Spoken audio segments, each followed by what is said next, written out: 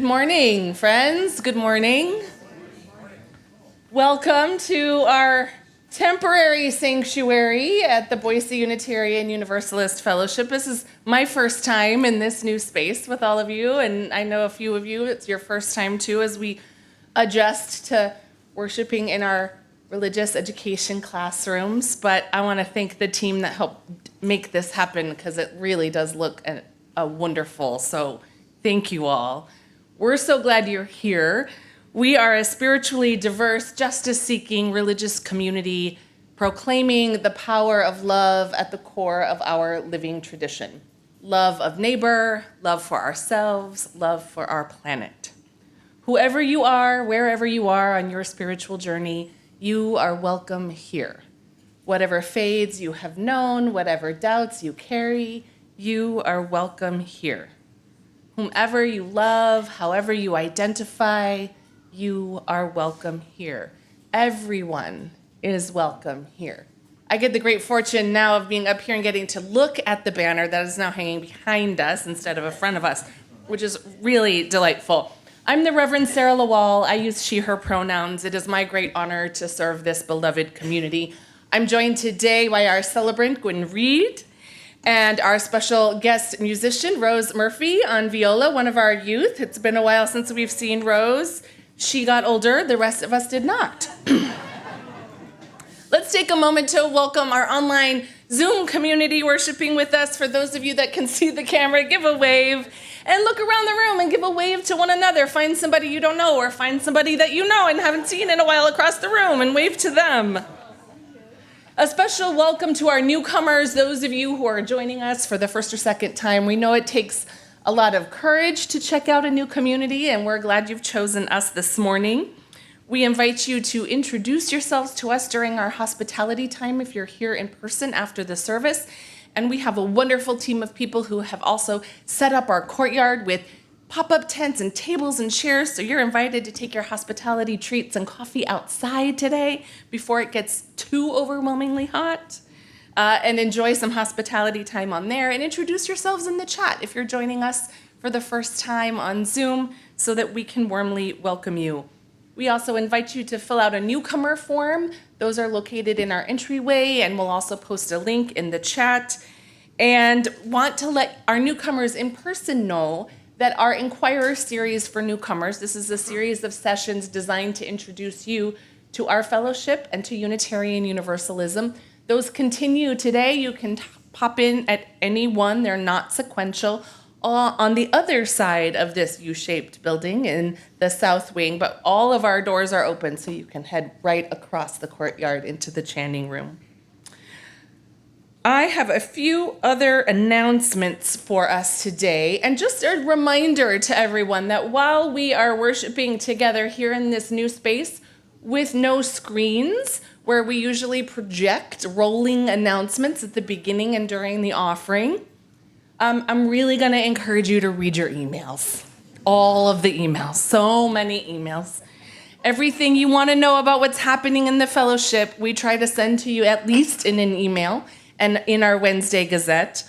I do want to invite those of you that are available to join me at Canyon County Pride this afternoon. We're so excited for the second annual Canyon County Pride. I was with them volunteering yesterday for setup. This is the epitome of a ragtag group of volunteers setting up a massive event. They are not a corporate endeavor like we are here at Boise Pride. And there is apparently some religious counter-protest prayers that are also planned for this afternoon. So we're inviting folks to show up and just be a welcoming religious presence to protect and celebrate those who are participating in Pride. And if driving out to NAMP is not your jam, but you still want to be part of the resistance, you can join Mark McGinnis and a group of folks that are meeting about doing some really creative artistic direct action, the Due Process Choir, and there's other C's and other words in there. You can learn more about it. They did one action a few weeks ago. It was beautiful. And so if you're interested in participating in that, find Mark, and they'll meet on the other side as well. Yes, Mark? No, other side. Okay. And finally, we are hosting, together with two other faith communities, Boise First UCC and All Saints Episcopal, yet another screening of the documentary 1946, which explores, yes, Jim Bigelow's been the spearhead of this campaign, which explores how the word homosexual first appeared in the Bible and was twisted in translation. It's a beautiful film. If you haven't had a chance to see it yet, or if you want to see it again and have a conversation with people, join us June 26th, 7 p.m. at All Saints Episcopal Church. Each week, we start our time together centering and grounding ourselves by lighting our flaming chalice, the symbol of our free faith, a beacon of hope, love, and justice.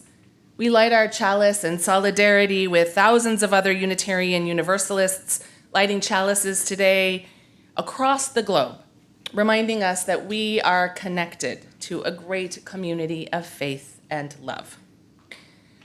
Rose, I wonder, as our longtime young chalice lighter, I forgot to ask you earlier, if you would be willing to light our chalice this morning since you are back here with us. Let's just put you right to work.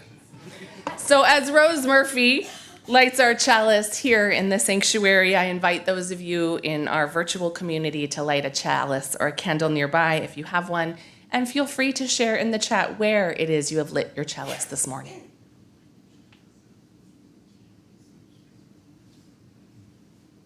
Thank you, Rose. Rose has been lighting our chalice since she was 5 years old.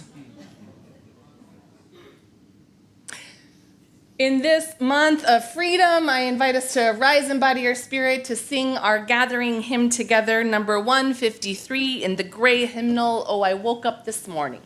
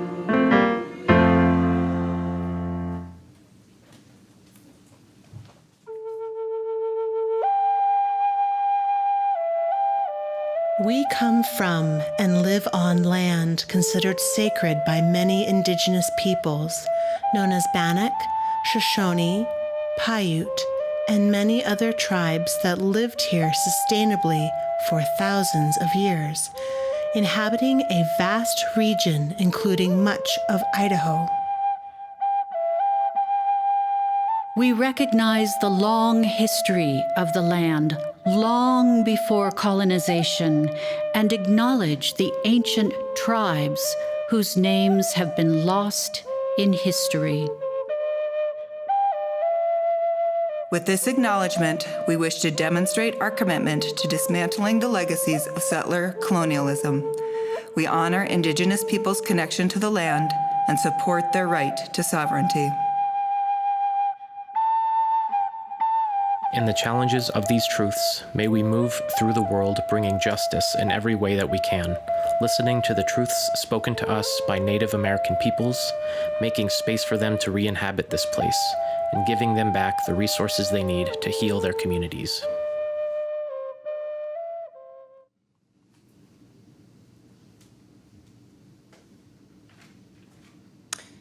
Our spiritual theme for this month of June is living love through the practice of freedom. In Unitarian Universalism, we hold sacred what we call the freedom of the pulpit. This affirms a minister or anyone invited to share from this pulpit the right and responsibility to speak their truth guided by conscience and spiritual integrity. This concept is a cornerstone of our tradition, rooted in the belief that free expression and open dialogue are vital to a living, evolving faith.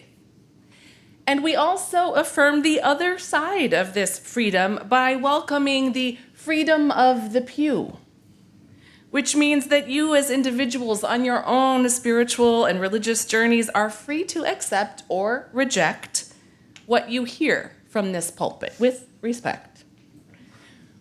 We do not preach doctrine, dogma, a singular truth, but we do share the good news of this living tradition and how we experience it and interpret it in our lives. Which means that for UUs, questions are not just welcome, they are celebrated. They may well be the cornerstone of our faith. I tell this story every year when I do this service, that a young adult in this congregation who went to I believe Allegheny in Pennsylvania College, they had a UU student group on their campus, and he became a UU by seeing their sandwich board that had the words, "Got questions? We've got more." Sounds like a curious thing to check out when you're a young person. Our understanding of truth is that it belongs to all of us. There's no one person, one book, no one authority that has all the answers. Part of our responsibility of being in this faith community is that we are willing to bring our questions and to listen to how others answer and engage in respectful dialogue about our beliefs. And that's what we're doing today in this service. Today's sermon is up to you. You get to ask the questions, and I'll share my thoughts and reflections in real time without a script. What have you always wondered about Unitarian Universalism, about spirituality or theology or life itself? And if you have some wondering questions about your minister, I will try to answer those too. I do not claim to have truth. I do not claim to have all of the answers, or any answers really. Who has the answer to the meaning of life? But I do have a lot of thoughts and ideas, especially on these topics. I did go to school to think about these things for many, many, many years. And it really isn't about the answers as much as it is about the experience, the exchange, and the opportunity to reflect together to discover something new about each other and our living tradition that you may not have known. You were handed an index card when you came in, so you can write your questions on index cards. Pens are in the seatback pockets. There are golf pencils under the seats of the rows that don't have seatback pockets, and a few containers of golf pencils on the counters behind you back there. And we'll collect them right before the sermon moment, and you can write your question at any point during the service. Maybe something will spark a question in you, and I'll try to get to as many as possible, but I have to tell you that I still have, I kept last year's stack that I never got to. So just know that I do keep them on my desk, and I do periodically look at them and read them and reflect on them because you all ask really thoughtful, provocative questions. So I'll be curious to see what comes up this year. And for our young people in the crowd, we're going to do our own Q&A together for the Time for All Ages. You can just ask me, but if you want to write something down, you are welcome to do that too. So as we enter into this time of worship together, let's all take a breath together. Fill your body with breath. Breathe, knowing that our breath connects us to one another, to our bodies, and to our planet. Our breath offers us the opportunity to tune in to our spiritual center, to listen deeply to our heart's own longing.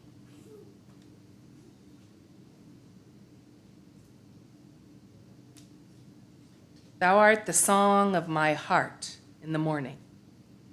Thou art the dawn of truth in my soul. Thou art the dew of the roses adorning. Thou art the woven whole. Thine is the grace to be steadfast in danger. Thine is the peace that none can destroy. Thine is the face of the need-driven stranger. Thine are the wings of joy. Thou art the deep to the deep in me calling. Thou art a lamp where my feet shall tread. Thy way is steep past the peril of falling. Thou art my daily bread. Thine be the praise of my spirit uplifted. Thou art the sea to each flowing stream. Thine be the days that are gathered and sifted. Thou art the deathless dream.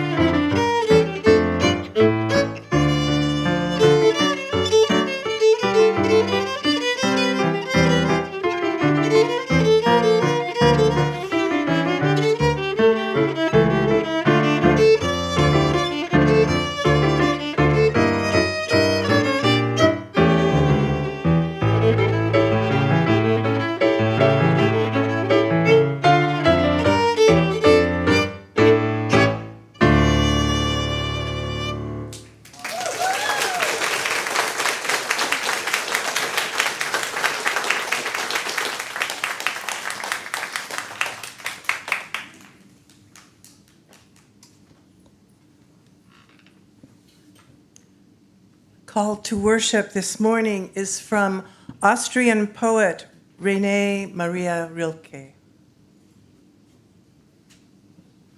Have patience with everything unresolved in your heart, and try to love the questions themselves, as if they were locked rooms or books written in a very foreign language.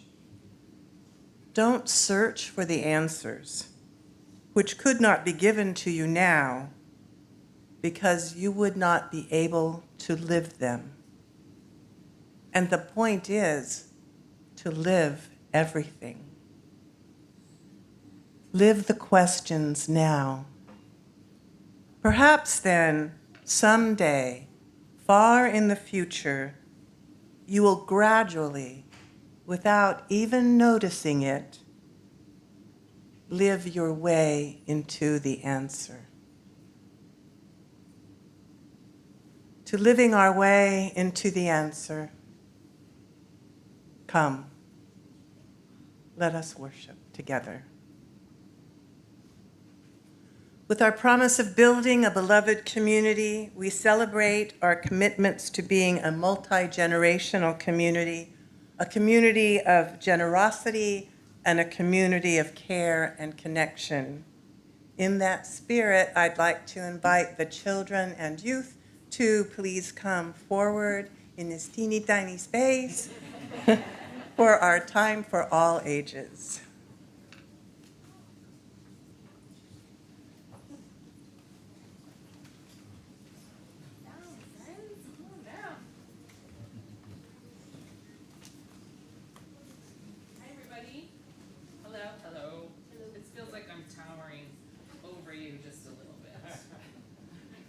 Rainbow teeth.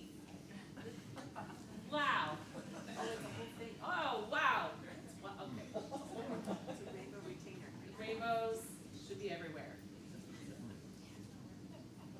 Doesn't sound like my mic is working very well. So we're getting it. You're getting it? Okay. Yep. All right. Oh, here we go. Hi, everybody. Thank you, Gwyn. Thank you, Gwyn, for preventing me from catching myself on fire. Is everybody excited? Having a good summer so far? School's out? Mostly? Yeah, good. Good. You're looking forward to it. Today is about questions, because as Unitarian Universalists, we believe in questions more than we believe in the answers. Our orientation to the whole world is that you have the answers to your own questions, or that we collectively have some answers that are really worth thinking about, that no one person has the truth. So I'm going to invite you to ask some questions. If you think about this fellowship and your time here and all that we do together and what you've heard in your religious exploration spaces, or if you have questions for me as a human or as what it means to be a minister, those are the kinds of questions we're talking about today. So I'm going to invite you to ask questions, and Lily is ready to go with a question.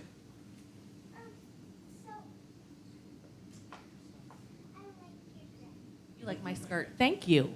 I appreciate that. Do you have a question? Oh, thank you. That's so sweet of you. I appreciate that a lot. My sparkly skirt. What questions do you have? Who has a question?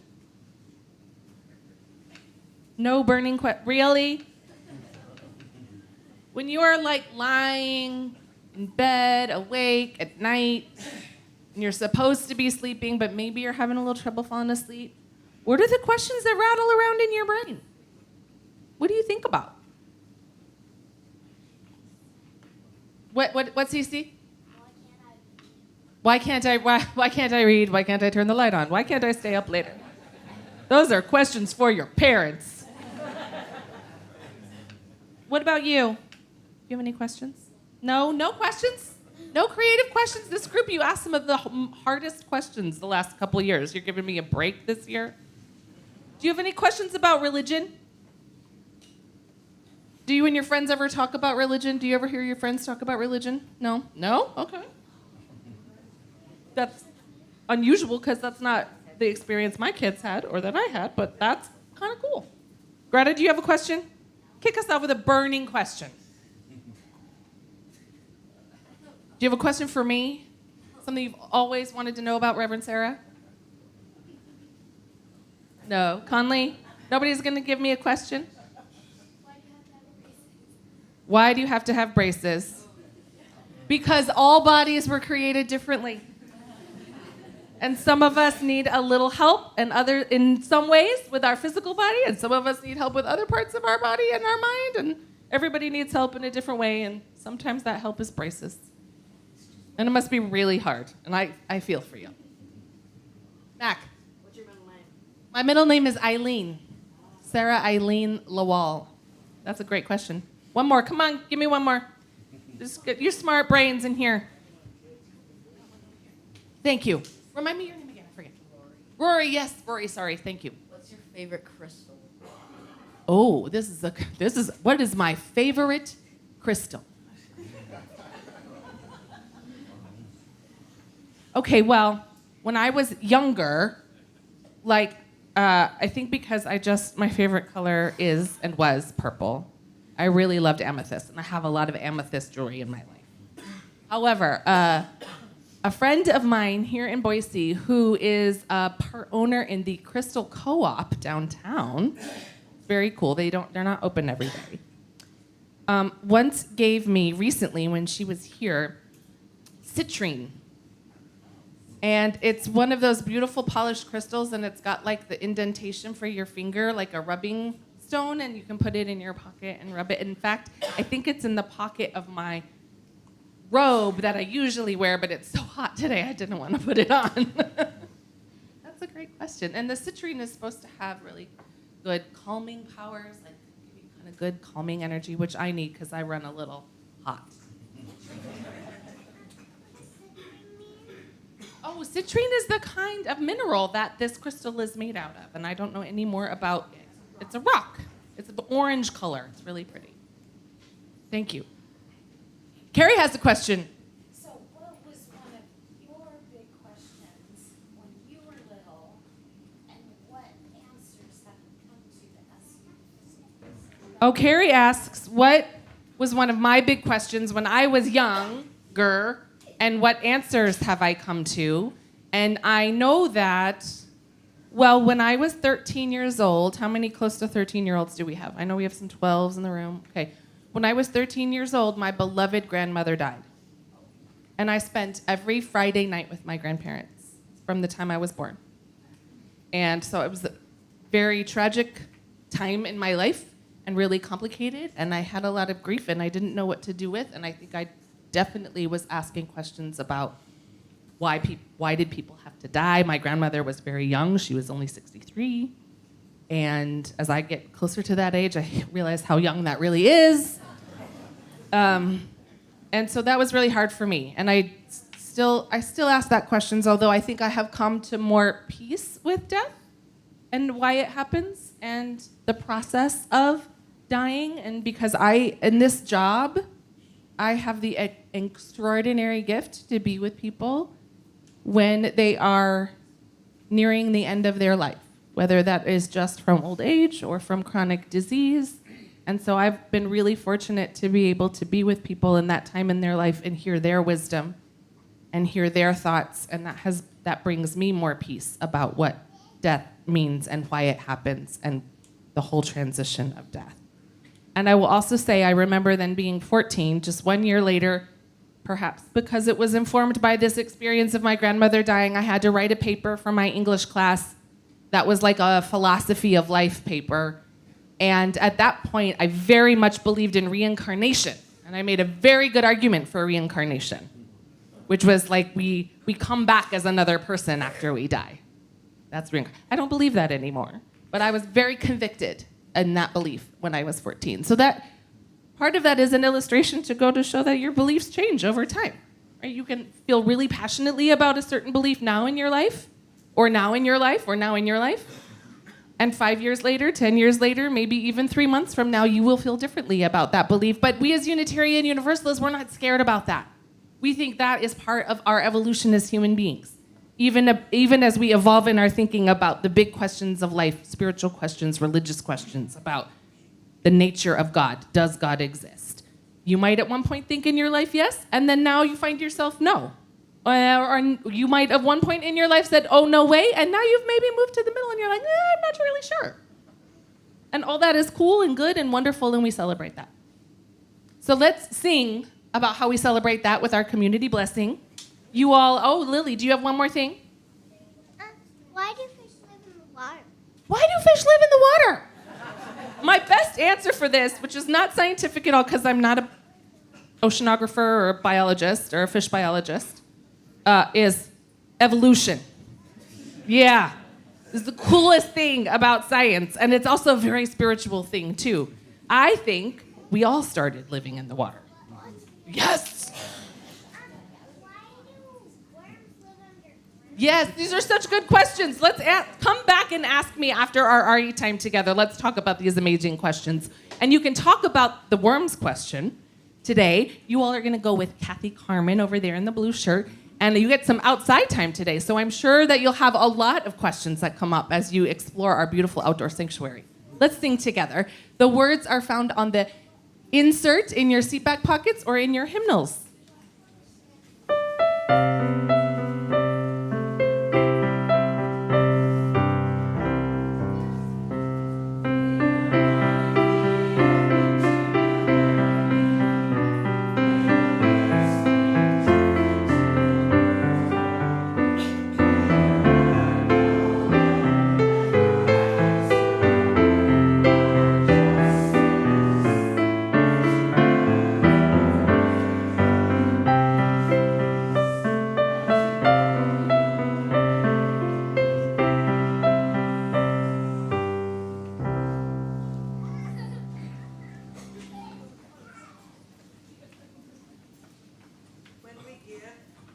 We say yes to the natural cycle of abundance in our lives, and we say yes to building beloved communities within and beyond our walls.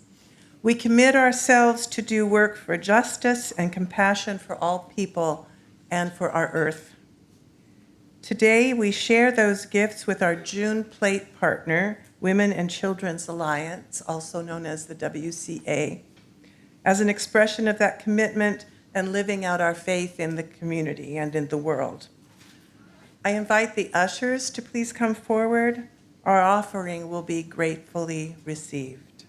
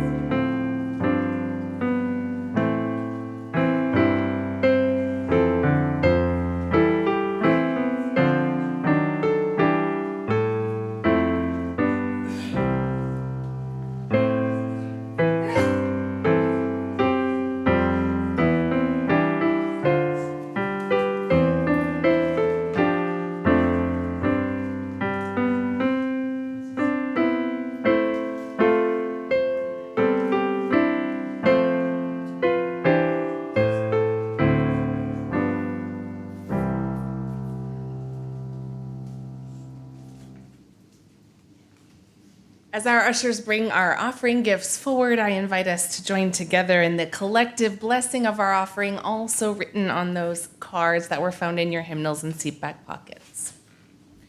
We bless these gifts so freely given. May generosity always be our companion as we walk the holy path toward ever greater compassion. Thank you.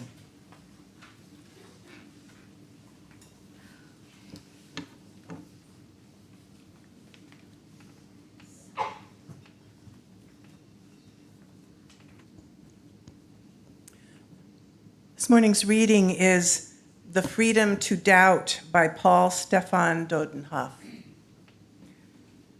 The freedom to doubt, to question, to be content to live in mystery is central to the liberal religious tradition. Like the process of evolution itself, the path that we follow, our practice, if you will, is not easy or simple. It isn't about its dead ends or its disappointments. It doesn't guarantee that all our conclusions will be final or that we will ever find an answer to all of our questions. But also, like the process of evolution, it is filled with great expressions of beauty and awe that are sometimes born of great struggle and at other times come as unexpected grace.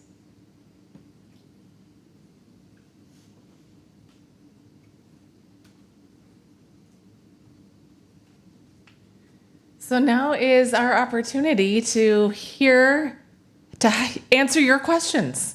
And if I could ask our ushers, please, to come around and collect index cards. And if you think of one as we're going along and you just want to wave it around in the air, we can pay attention to that. Although you know that I won't be able to get to all of your questions today, likely. And our Zoom folks, please include your questions on the chat. Gwyn is going to be monitoring the chat and helping me make sure that I answer some Zoom questions as well this morning. I want to thank Carrie for that wonderful question to kind of spark the moment of asking me and helping all of us think about what were some of the questions that you had about the nature of life and existence and religion and spirituality when you were young, and how have those thoughts changed and your own answers to those questions changed, because that's really helpful to remind us that, especially here as Unitarian Universalists, we welcome, we affirm the idea that we get to change our mind and we get to have new thoughts, and those thoughts get to be influenced by our own personal experience in the world, and our answers to those existential questions and life questions might change, and that we affirm all of the answers that one another have, even if we don't agree with someone else's answer.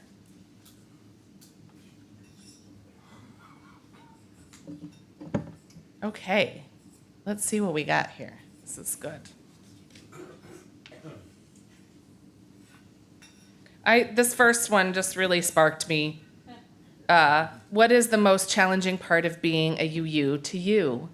I think maybe I shouldn't speak for all of us, but I feel it definitely in conversations I'm having with some of you and with my colleagues. This moment that we are in is really challenging, because it is challenging our very understanding of some really important, deeply held values about the care of all of humanity, about what it means to hold love at the center of all we do, to care for each other, to love each other, to love our neighbor, to love our planet, and all of that is being threatened. And the hardest part about being a UU is how to hold on to that, and how to pursue that, and how to enact that in the world in the face of constant assault and tragedy and attack on those values. That feels very hard. I want to name another hard thing about being a UU to me sometimes. I think I've mentioned this before. You know, Unitarian Universalists in what we consider our sources of wisdom, a variety of sources, not a singular source. One of those sources is the wisdom of world religions. And as Unitarian Universalists, we are very open around learning about wisdom and practices of religions from around the world, with one exception. And we tend to, I'm going to speak in generalizations, as Unitarian Universalists as a whole, particularly in this 2025 and this modern version of UUism, we tend to have a little bit more of resistance to, and maybe an allergy of, Christianity. Despite the fact that those are our exact historical roots. And I understand why. because UUism has been a haven for those who have been traumatized by religion, who have been spiritually wounded, who have been deeply hurt by the religion of their childhood, by pastors perhaps and religious leaders. So I don't say that in any kind of jest, but other than as an invitation that sometimes it's hard for me to do a deeper dive or to think about the beauty of what Christian teaching has to offer us as Unitarians, because it feels like we're just a little bit more resistant to it. Everywhere. Collegial spaces, right? In our congregations. There may be a few exceptions with some back east churches that are 400-something years old where that's just part of the culture. But particularly here in the West, I think we feel it a little more deeply. How do I talk to a family member who believes I'm going to hell? Can I have a show of hands? How many of you have a family member that have said those words or something to that effect to you? Yeah, okay. Thank you. I know that's brave of you to raise your hands. I want to say my snarky answer, which is if I'm going to hell, that's where all the cool people will be, like Bono, so I'm cool with that. However, my theological answer, and this is the cool part, friends, because Unitarian Universalism has something to say about this. Historically, Universalists do not believe in hell. Theologically, lots of study out there. It's not part of our theology, our historical theology. So we are part of a faith tradition that says, no, I don't actually think there is a hell. That we all can be redeemed. I'm going to use some Christian language, right? That we are all inherently worthy. We are born good. We are not born into sin. We are born into what the Catholic theologian Matthew Fox, I think, coined original blessing instead of original sin. And so, okay, thank you. I've learned to say thank you to the people who pray for me because they think I'm going to hell, because I will take all the prayers, always.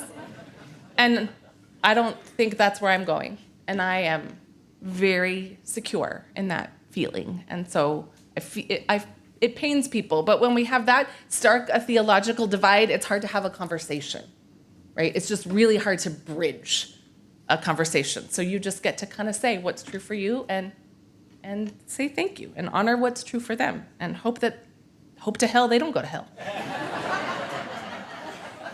The best saying, as universalism has transformed into contemporary life where we talk about universal love, universalism has to do with universal salvation, right? We're not going to hell because salvation is for everyone. There's no chosen, there's no elect. Everyone can be redeemed, and it's up to them. It's up to you to atone for the own sin or wrongdoing in your own life, right? But there was a shirt printed a while back from some folks who were promoting universalism in the UU world, so this is contemporary, that says, Universalists love the hell out of the world. I like that. I like that one a lot. Why do you not believe in reincarnation anymore? That was a good question. I think maybe learning more science and experiencing death as I have grown older has led me away from this idea of reincarnation that you just come back as another human, right? That I was very convicted in that vision of reincarnation. And I was, 14, and how many of you at the age of 14 were way into Eastern philosophy and all of that cool stuff that just looks so cool and different than anything you'd ever experienced before? But I will say that one of the things I've always said when I was doing my hospital chaplaincy, which all you ministers have to do, it's part of our training, you have to have some time as a chaplain, and you go through a whole program about that. So we're in a cohort, and I'm in a cohort with a UCC, a Catholic, a Jew. Well, there was somebody else too, 2 Catholics, 2 very young Catholics. I was the oldest at 35 in this cohort. And one time at lunch, we were very good friends. We got along really well. And one time at lunch, people asked me, well, what did I believe about death and where you went? and when you die, and because we had all just held vigil for this man's death who didn't have a family, like he was indigent. And I said, well, I believe in physics. And I'm not a physicist, so I might botch the physics here. But I do believe in the sense of reincarnation, in that we are all energy. We exist out of energy. Matter exists, and it is created by energy. And so when our physical body dies, some of that matter that is energy in us has to go somewhere. So it may leave our physical body, but it may still live on in the world, and who knows what it will become or what form it will take or what it will attach to. That's where my sense of physics kind of starts to fall away. But I just like the idea of this idea of that our energetic bodies, our atomic makeup, if you will, exists out there, and those of our loved ones. Do we have a Zoom question? Oh, it was the why don't I believe in reincarnation, or? What changed or updated? It's not that I don't think these are good questions. I don't. I'm just, I don't know. I can't read that one. You are welcome to come and dig out your question and then ask me, Sarah, where did you go to school? Yeah, I don't know what that one is. I went to undergrad at University of Arizona, go Wildcats. And then I went to graduate school and got a master's of education at Pepperdine University, which their campus is in Malibu, but I got to go to a beautiful office building in Encino, California. And then I went to divinity school at Meadville Lombard Theological School, which is one of two Unitarian Universalist theological institutions. Meadville Lombard is based in Chicago, and our other institution, Star King School for the Ministry, is based in Berkeley, California. And I chose Meadville because it had a modified residency program. I didn't have to up and move to Chicago in order to go to divinity school, so I had never thought that would be an option for me back in the day. And I got to do it by going several times a year for a week or two, and doing most of our coursework online and in conference calls and Zoom rooms well before the pandemic, and cohorts. And now I understand that both institutions are completely modified. There is no real residential program anywhere anymore. That COVID changed that for so many graduate schools. And you, even some of you might know Laura Steveau, a seminarian who just graduated from United Theological Seminary, which is based in Minneapolis. And Laura did 99% of her work online with a lot of other students. So students who are all online, who may never ever go to campus, maybe once a year, maybe 1 or 2 days a year, if that. But it's just completely changed since the pandemic. Can congregations who do not have ministers join you by Zoom? Over. Do you incorporate any Native American thoughts of a creator? Oh, that's a very good question. Anybody can join our Zoom link, and of course we are on YouTube. And I know many congregations, practically every large congregation has some form of online worship available now. The pandemic did that for all of us, so you can go and check out other congregations. You can all see their YouTube feeds. Almost all of us are on YouTube. Some of our congregations do live YouTube instead of Zoom or some other platform, but you can see everybody online. And so it's fun. So I would invite you to go check out some other congregations. We have some flagship congregations in Washington, D.C., in Boston, which is the American origin home of American Unitarianism, in New York City, in Seattle, in Portland. And of course, if you have a hometown and you want to check out that hometown congregation, they're probably online too. But it's just fun to kind of see, what are other people doing? And how are they doing it? And what are their messages? And what are their ministers like? And some of them have gorgeous, fabulous choirs just like ours, and it's fun to watch them too. I will say this. Our Zoom experience is the best there is. And I don't say that out of ego, because Mike has asked for feedback a number of times, and I have gone online and I have watched some really flagship congregation services, churches that have resources, right, to do this, right? I'm not comparing us against a 100-member church in rural Illinois, but some big metro areas. And what Mike has created as an online experience is just really beautiful and stunning. And if you haven't had the chance to see it because you're here in person all the time, watch it on YouTube. It's beautiful. It is so beautiful.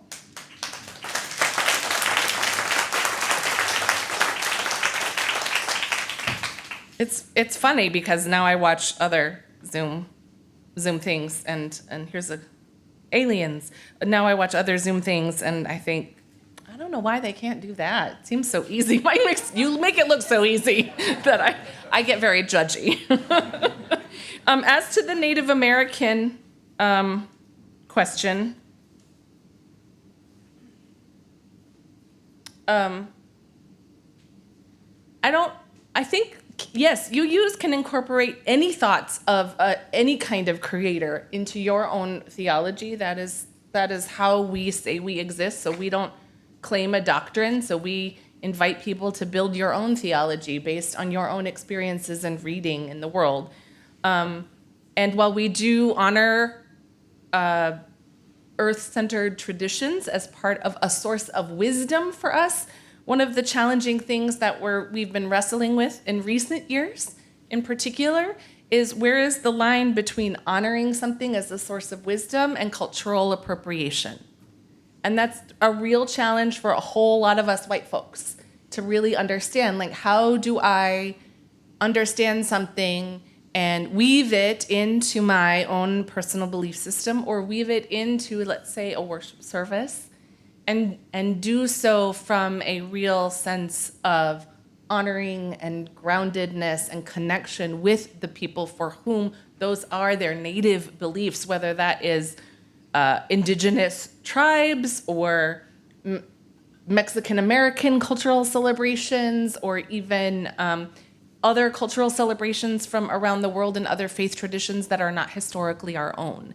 And that's really tricky as a big tent religion that says, well, we welcome all beliefs and we want to create a theology that is inspired by and believes in and uses the wisdom of world religions, and yet recognizing that some of those world religions are so far from our own historical ancestry, and that's just a challenge. Do I believe in aliens? I don't know.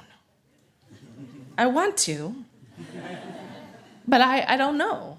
I mean, I kind of, I tinker with this idea that, in the vast universe, we cannot be the only intelligent life form out there.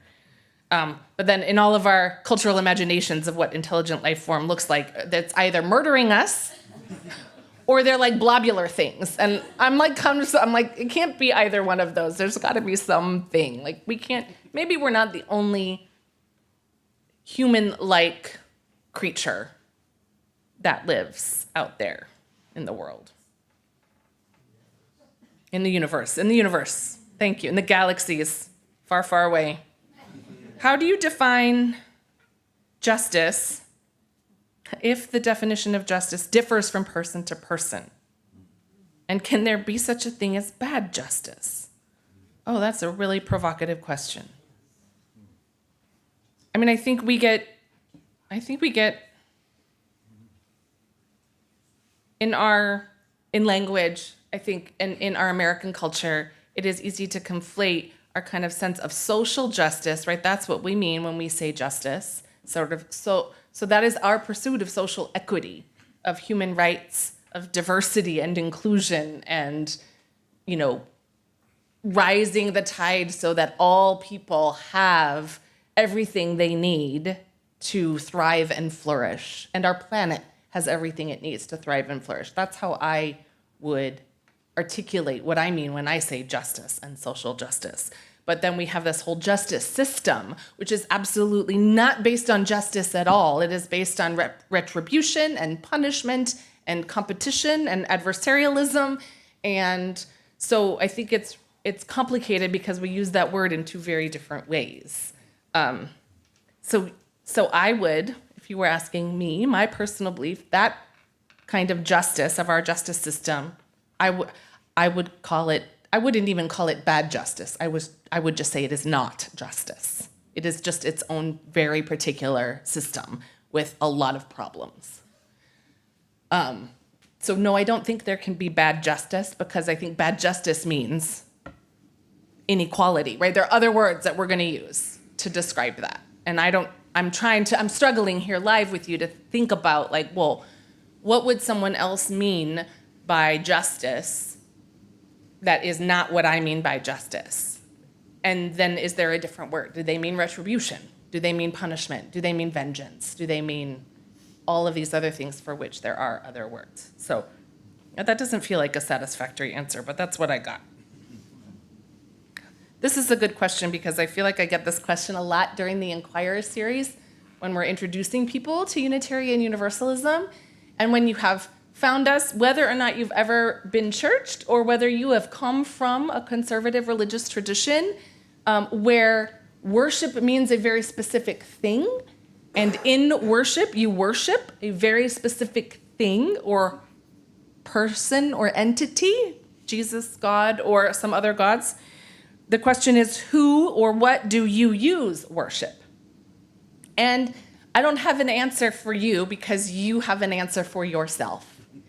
But what I will say is that when I use the term worship, and when my colleagues use the term worship, we like to think about the etymology of the word, and to think about, well, what is it that is worthy of praise, that is worthy of our attention, that helps point us to a sense of ultimacy, however we interpret that for ourselves. And that is why we worship, is to explore that together. So I don't think we worship a who or a what, or some of you might. Some of you may come here with the who or what very clearly defined for yourself in your heart, whether it's God or the universe or some other force, or you may have some other name for it, or goddess, or the divine feminine, or all the gods and goddesses, and that's beautiful. You have clarified that for yourself, and some of you have come and you're a no God atheist. Clear. I know there are a lot of you out there. So because we are bringing our own answer to that question together, we try not to answer it in the course of being in worship together, but rather to say, why do we worship? As a time to reflect, as a time to learn, as a time to grow our own spirits, and as a time to contemplate what is worthy of our attention and our praise. And I use praise liberally, in the sense of liberal religion, in that even when we're talking about really complicated things from the pulpit and injustices and the horrors that are happening around us, that is still, it's worthy of our praiseful attention, like praise being like we bring our full sense of self to this thing. What we are praising may be the antidote to the thing that we're talking about, but worthy of our full attention. I have time for two more. Oh, that answered why is our service called worship? Yay. I answered 2 in one go.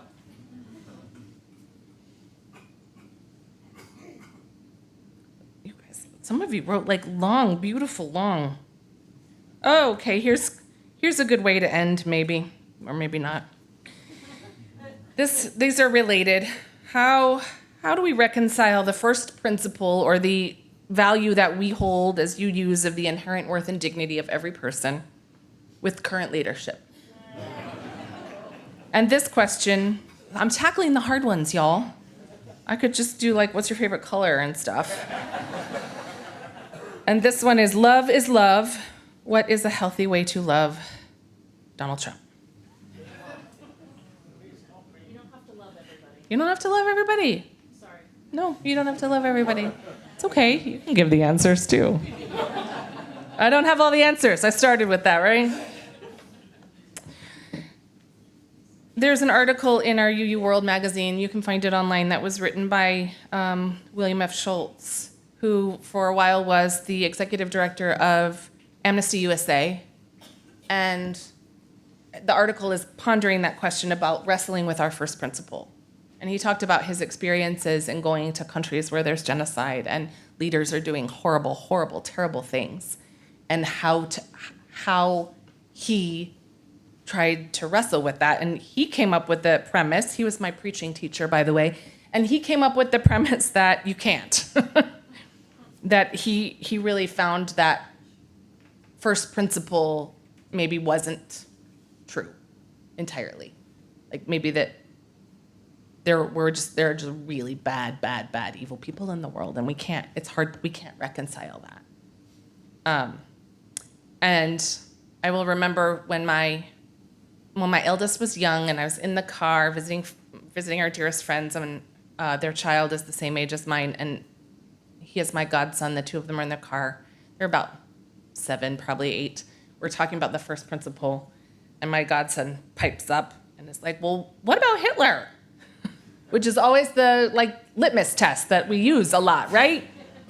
And so I think for me, it's an aspiration, right? Is that belief that if we are all born into original blessing, my inherent worth, your inherent worth, the inherent worth of every human being lives inside them. And there are human beings who choose to ignore what that means in their relationship to the world and their relationship to humanity. And so they choose very evil, horrible, terrible acts. And you don't have to love them. And you don't have to love the family member that says you're going to hell. You get to decide who you love, and you can hold love as a deeply affirmed principle, but you don't have to offer them love. There's a difference between love, and there's a difference between respect and all of the different ways in which we interact with one another. I have no love and respect for our president because he does not show love and respect for anyone but himself and maybe some of his rich friends. I don't think he even loves and respects them. It's just cronyism, right? So it's transactional. So I don't know. I mean, that is what I say. You don't have to love. What is a healthy way to love Donald Trump? Mm-hmm. I think the health for me in this moment is to turn my love to the people who are being attacked and marginalized and harmed by Donald Trump and his administration. That is how I love. It's the best way. And I think that is what our call is as Unitarian Universalists in this moment, is to channel all of that love into each other, into the people in our lives, into the world, in places where we want to make an impact, and to love the hell out of the world. Friends, that's a beautiful closing. Thank you for this day. Thank you for your gorgeous questions. I'll hold on to them until next year. I really appreciate the opportunity to just reflect about things, maybe things that I don't often, or that I do reflect about but don't often kind of make it into my sermons, and some of those regular questions of life that kind of float around the ether. And I always enjoy getting to remind us of the bigger picture of Unitarian Universalism and our reach and our roots. And so thank you for that opportunity today. Oh, I guess we have music now. Sorry, I got totally distracted.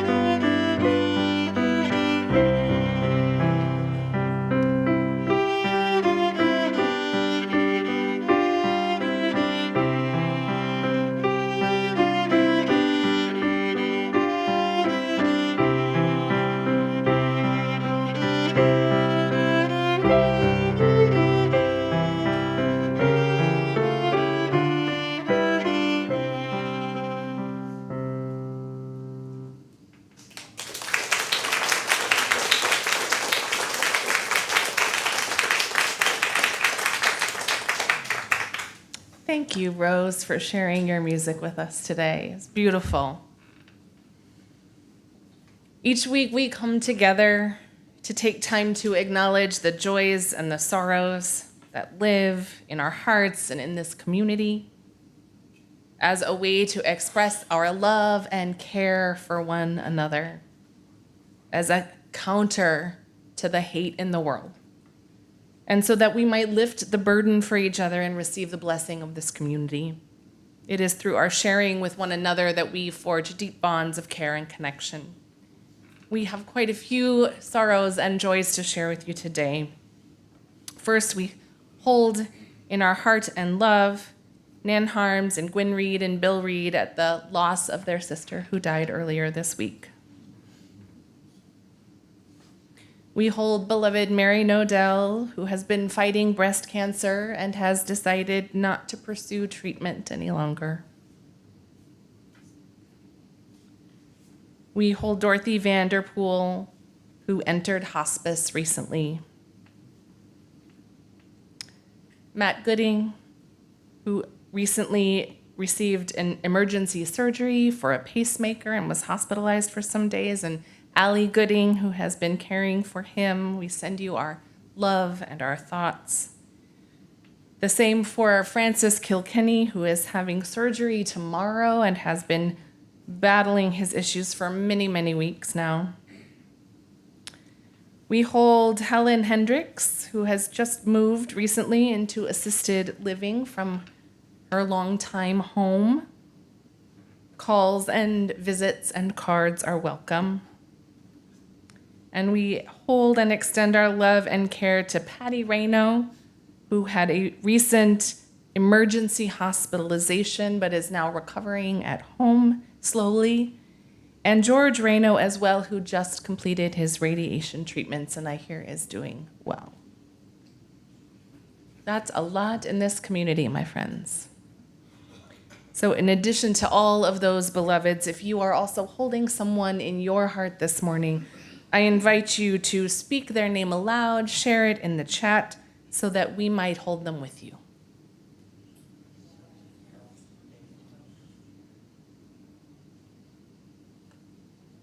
May the arms of this community hold all our joys and sorrows, those named and those that remain silent and close to our hearts. May we feel the grace that surrounds us, the spirit of life and love that holds us, with a warmth to celebrate our joys and a gentleness to soothe our aching hearts. Let us together take a deep breath in and out, releasing the sorrows of the world, the sorrows of our heart, finding comfort in our companionship in this spiritual and religious community.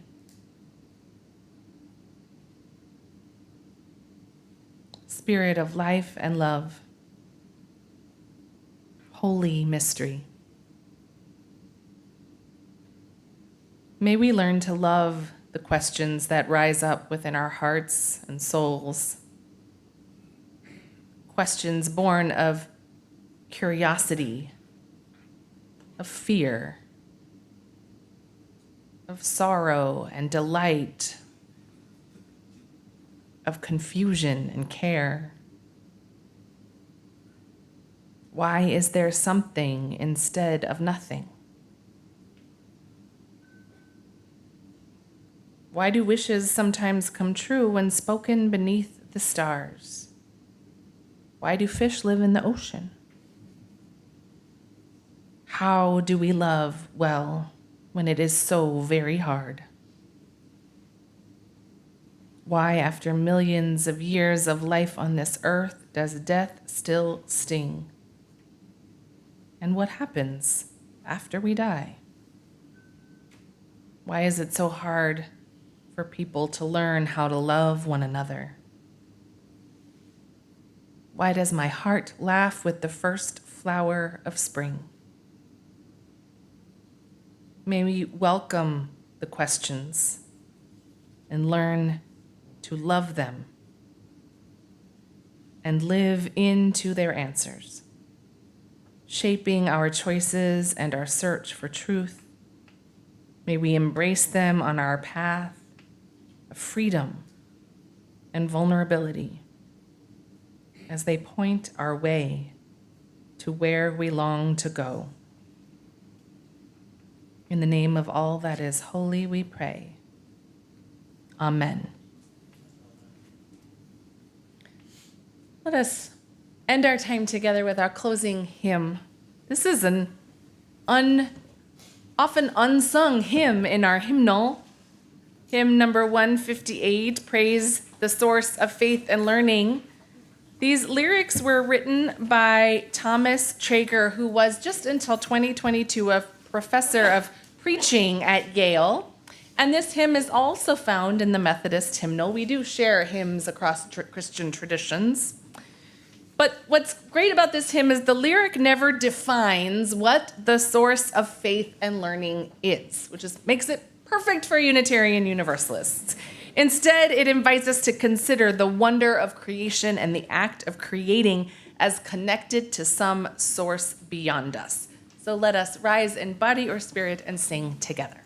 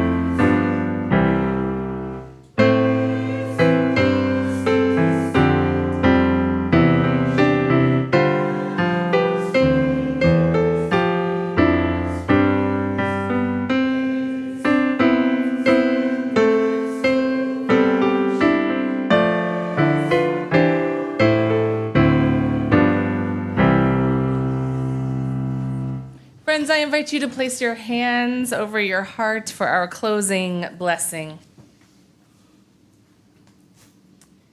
May the questions continue to surround us, igniting our curiosity and our unknowing, inviting a beginner's mind as we discover and rediscover our own answers.